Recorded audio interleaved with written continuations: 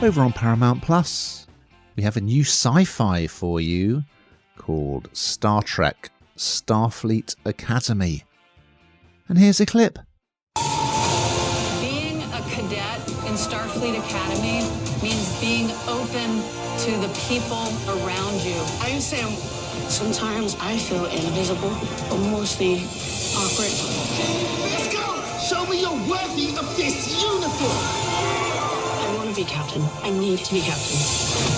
My family, you're either the centre of the universe or you're nothing. Don't know if you're a Trekkie, Hannah. I mean, I'm showing my age here, but when I was a young lad, I used to watch the original Star Trek with William Shatner and Leonard Nimoy, and I actually gave up going to Cubs because it clashed with the night Star Trek was on. And of course, in those days, you couldn't record anything off the telly. Anyway, enough of my fascinating memories. This is 2 episodes first up, then it's going to drop weekly. And you're always asking me, aren't you, Hannah, what will life be like in the 32nd century, Ian?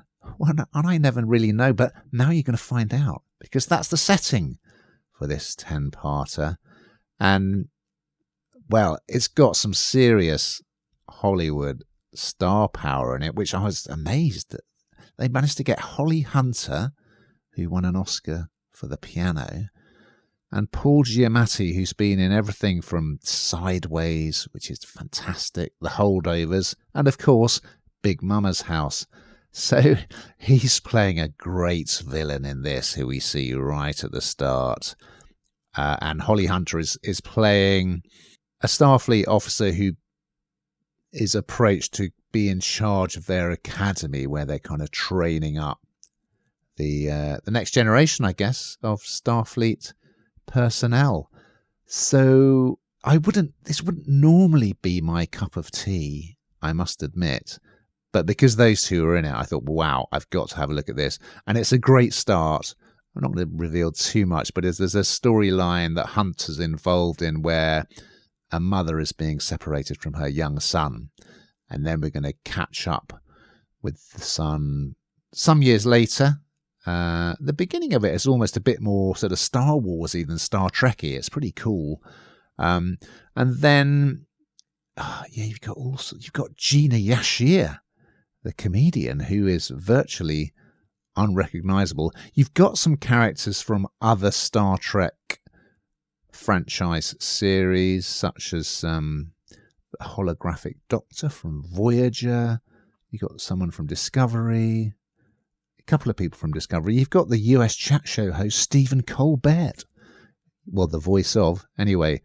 So because it's trying to appeal to quite a sort of wide demographic, some of the humour is a bit naff, I felt, but it's got that kind of origin story feel. So yeah, the young lad who we saw at the beginning, Caleb, is played by Sandro Rosta, and so he's kind of he's on the run, but then Holly Hunter's character convinces him, she kind of owes him a debt, she feels, and she convinces him to join the academy, where, you know, it's going to be almost like being at high school. There's like the baddies, the goodies, the cliques, you know, the people who don't fit in.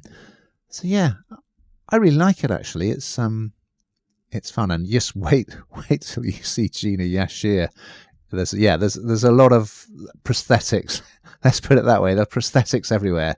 And yeah, Paul Giamatti absolutely chewing up the scenery in the best possible way. I mean, what kind of villain laughs at a son being separated from his mother? That's truly evil, isn't it? So yeah, plenty to enjoy. I think a good addition to the Trekkie universe. What did you think, Hannah? Well, I'm not a massive lover of sci-fi, as you know, and I'm not a huge fan of Star Trek, but actually, isn't this all about the nostalgia? And essentially, that's what drew some of these big characters that you spoke of to it, because it's just, you know, they'll have remembered their father watching it, or they've watched it with their father, or whatever. So How dare you? There's some of them are younger than us. I think there is a nostalgia piece to it, so it's sort of irrelevant whether, I mean, like you say, there's a bit of naff humour in there, and it might not be quite what you're expecting, but I think it's irrelevant. I think they've done it really well. I think if you like Star Trek, you're going to enjoy this. And as I say, the Star wattage they've got in there is worth a watch anyway.